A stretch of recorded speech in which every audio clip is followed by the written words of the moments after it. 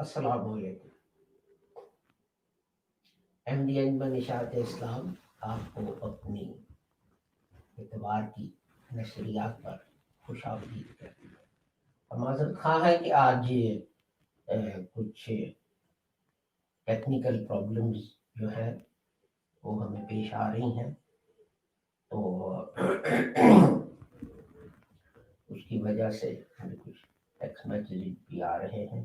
तो हम कोशिश करेंगे कि जो लोग ये सुन नहीं सके, हम बाद में ये रिकॉर्डिंग अपलोड करें। Welcome to the broadcast by Indian Mutiny Islam. I repeat what I just said in Urdu, and that is, I apologize that we are having some technical problems this morning, and receiving some text messages saying some people can't see the video and so on. It is recorded, and we'll have a look at these issues afterwards and try and upload the Urdu lecture that we just broadcast. Just to remind you and bring you up to date, I want to add that we and our founder, Hazrat Mirza Ghulam Ahmad Sahib, believed that the Holy Prophet Muhammad was the last prophet after whom no prophet can come, an old prophet or a new prophet.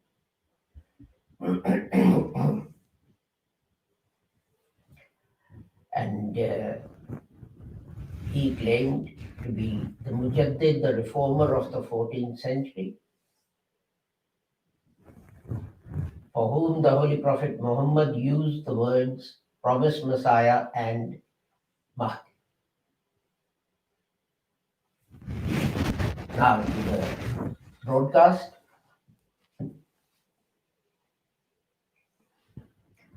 We have been discussing during the last broadcast a paper written about Sir Syed Ahmad Khan's loyalty to the British. Some of our viewers have asked a question about Sir Syed Ahmad Khan Sahib, because these members are not from India or Pakistan or Bangladesh, so they don't know the position that Sir Syed holds in those countries, particularly Pakistan. Sir Syed was a great reformer of Muslim education. At the time that the British went to India, Muslims believed that it was heretical to learn English or any of the modern Western sciences. And that meant that they got left behind. And Sir Syed, a major reform that he made in Muslim thinking was that he convinced them to learn English, Western sciences, and take part in the British government and take jobs with them and so on. If we look at this paper that I showed you last time, and I will share it with you again, because I want to carry on with the next part of this paper. This was published in Journal of Political Studies, volume 27, issue 1, 2019, and printed on from pages 91 to 105. And it's called Strategy of Loyalism, a case study of Syed Ahmad Khan's relations with the British. And it's written by a gentleman called Farooq Ahmad Dar.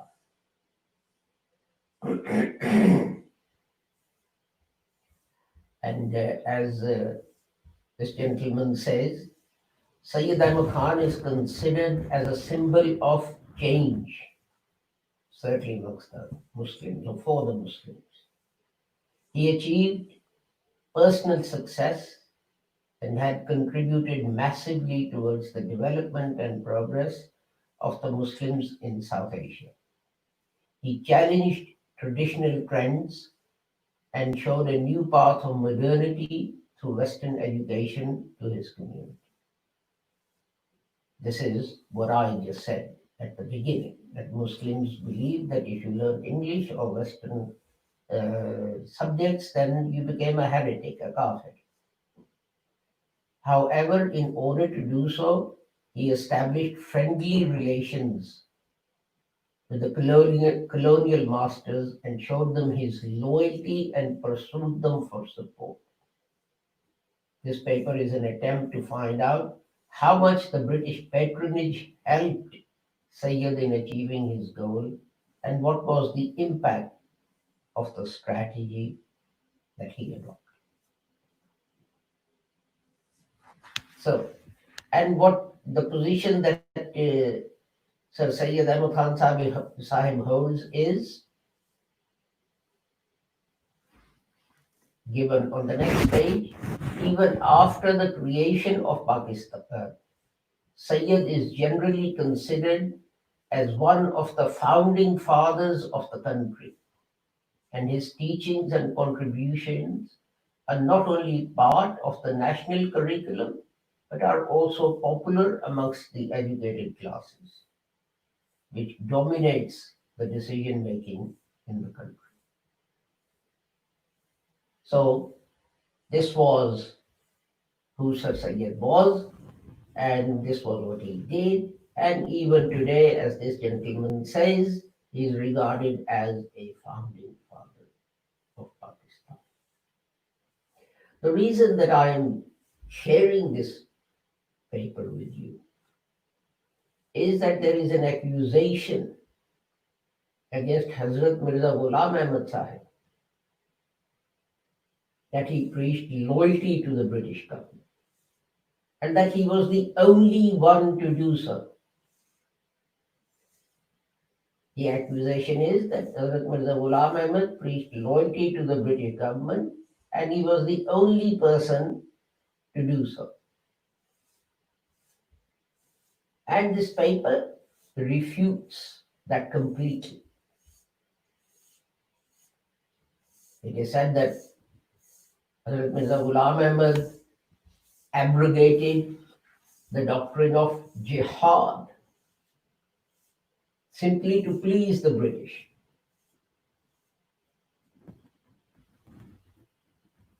And to help them establish their control over India. Syed Ahmad came before Hazrat Mirza Ghulam Ahmad Sahib. He was there before. And what happened was that in 1857, there was what's called the Indian War of Independence by the Indians, and mutiny by the British. And in that War of Independence, many Muslims and Hindus and Sikhs supported the British, while many supported those who were trying to oust the British from India. So let us see what Sir Syed Ahmad Khan Sahib's attitude was towards this. This gentleman quotes John Strachey, Lieutenant Governor, I've highlighted these, it's here. John Strachey,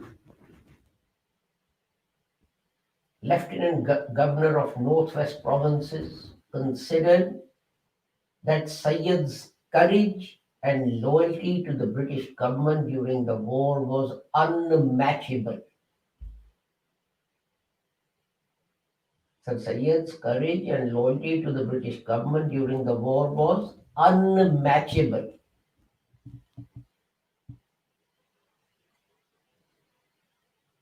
This is before Hazrat Saab's time. So Syed was a Sunni Muslim. Why would the British need to create a loyal subject in India, and Sunni Muslims themselves were showing courage and loyalty to the British government, which was unmatchable? In the words of C.J. Wilson, officer on special duty and judge at Muradabad and Bijnor, Syed was a loyal and faithful subject of the British government. Loyal and faithful subject of the British government. He added, this is C.J. Wilson, he added that Syed held out Bijnor for the British government even after the departure of the British officers from that situation. It says that the Indians defeated the British. All the British forces and officers, they retreated and left Bijnor. But Syed held out Bijnor for the British government, even after the departure of the British forces from that situation.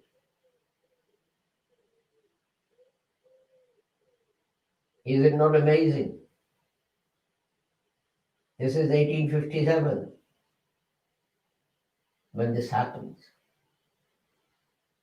And we are told that years later, Muslims were rushing to conduct jihad against the British. And one man, single man from Qadian, rose up and said, "Don't do it, jihad is abrogated." And suddenly, all the Muslims who regarded this man as a heretic and a kafir just laid down their arms peacefully and quietly.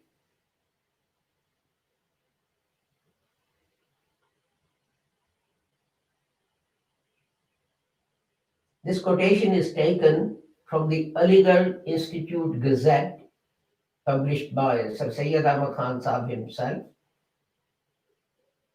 May the 22nd, 1875. Some Englishmen confirmed that their opinion of Indians would have remained poor had they not met Syed. But let's carry on.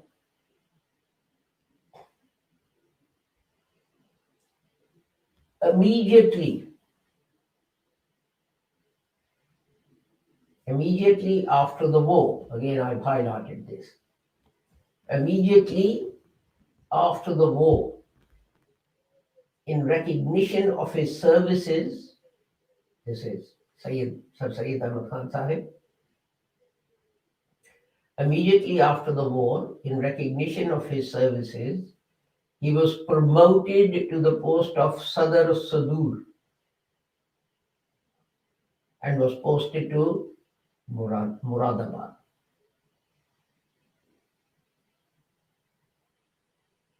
This is British rewarding Sir Syed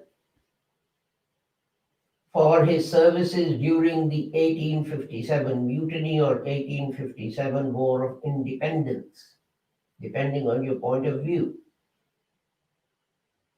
We from the subcontinent call it the War of Independence. So, what were these services? Why would the British promote him? Well, it's obvious, isn't it? That he sided with them. As we saw, a British officer say, even after the British had retreated from Bijnor, Syed held it for the British, and that his loyalty to the British was unmatched. No one else could come even close to the loyalty showed by Sir Syed.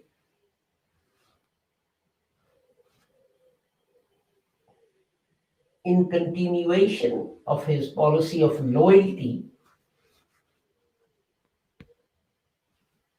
on July the 28th, 1859, this is Sir Syed, he organized a meeting to praise the Queen on behalf of his co-religionists for promulgating a decree of mercy for her subjects who, in his opinion, faltered during the war. He also thanked God for putting the Indians under the shelter of such just rulers. It's interesting, isn't it? What did Sir Syed mean, faltered? A decree of mercy for her subjects who, in his opinion, faltered during the war.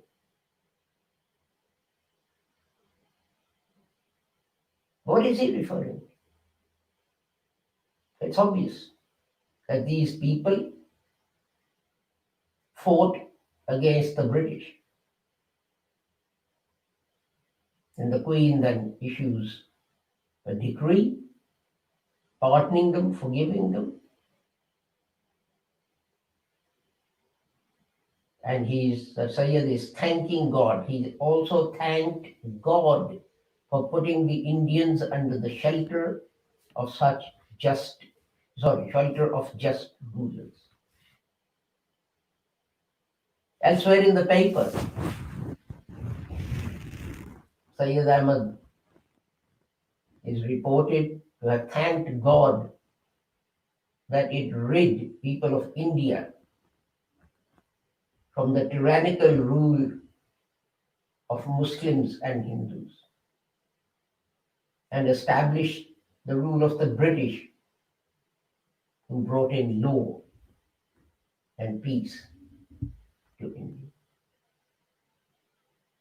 It's worth asking, isn't it? Who gave Sir Syed the title of Sar? He was born Syed Ahmad Khan.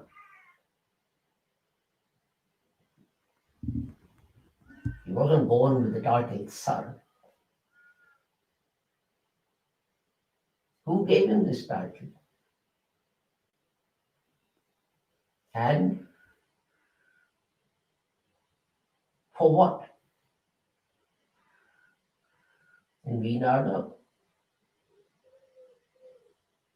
that the title forgiven for his services to the British Crown, for the British Empire in India, and it was given by the British. This goes on.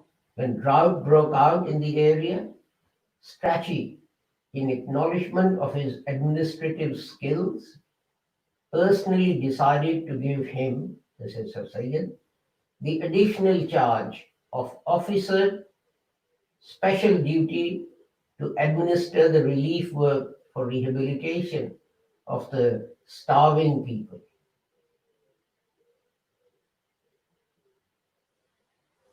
And so on. Sir Syed later on wrote a book called Asbab-e Baghawat-e Hind, causes of the Indian Mutiny. Notice the fact that he calls it Baghawat-e Hind, mutiny in India. So Syed doesn't regard it as a war of independence. Asbab-e Baghawat-e Hind, causes of the Indian rebellion, the Indian mutiny. And in that, what did he prove? So Syed Ahmad Khan Sahib, in writing this book, he proved that Muslims were loyal to the British. It's a misunderstanding on the part of the British to think that Muslims are disloyal or they want to get British out of India.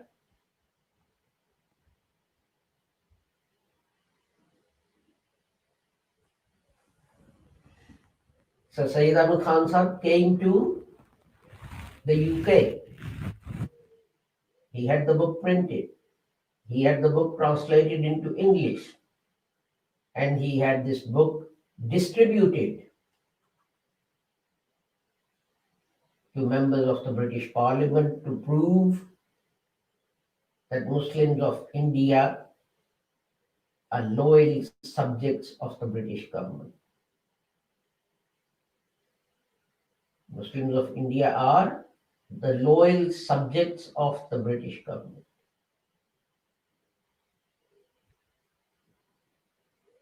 It is strange that all this was happening before the advent of the promised Messiah. Before Hazrat Sahib made his claims and so on. In Bengal, Sirajud-Dowlah tried to free India by throwing out the British, and his own relatives joined the British and defeated Sirajud-Dowlah. Why? Because they wanted to govern Bengal. In southern India, Tipu Sultan tried to free India of the British. And again, I think it was his brother-in-law who joined the British. The ruler of the state next door, Nawab of Hyderabad, he joined the British. And they defeated Tipu Sultan. His own brother-in-law was the one who pointed out which one of the people fighting against the British during the battle was Tipu, so that they could assassinate him.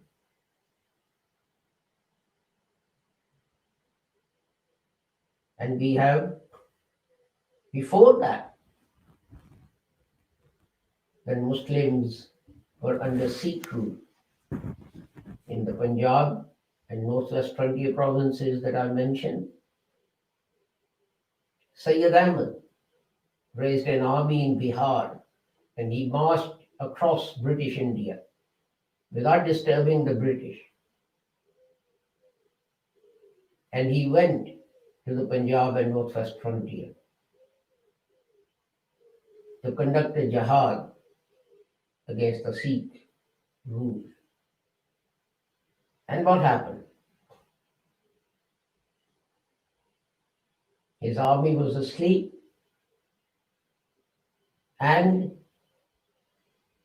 Sunni Muslims took money and informed the Sikhs where Syed and his army were.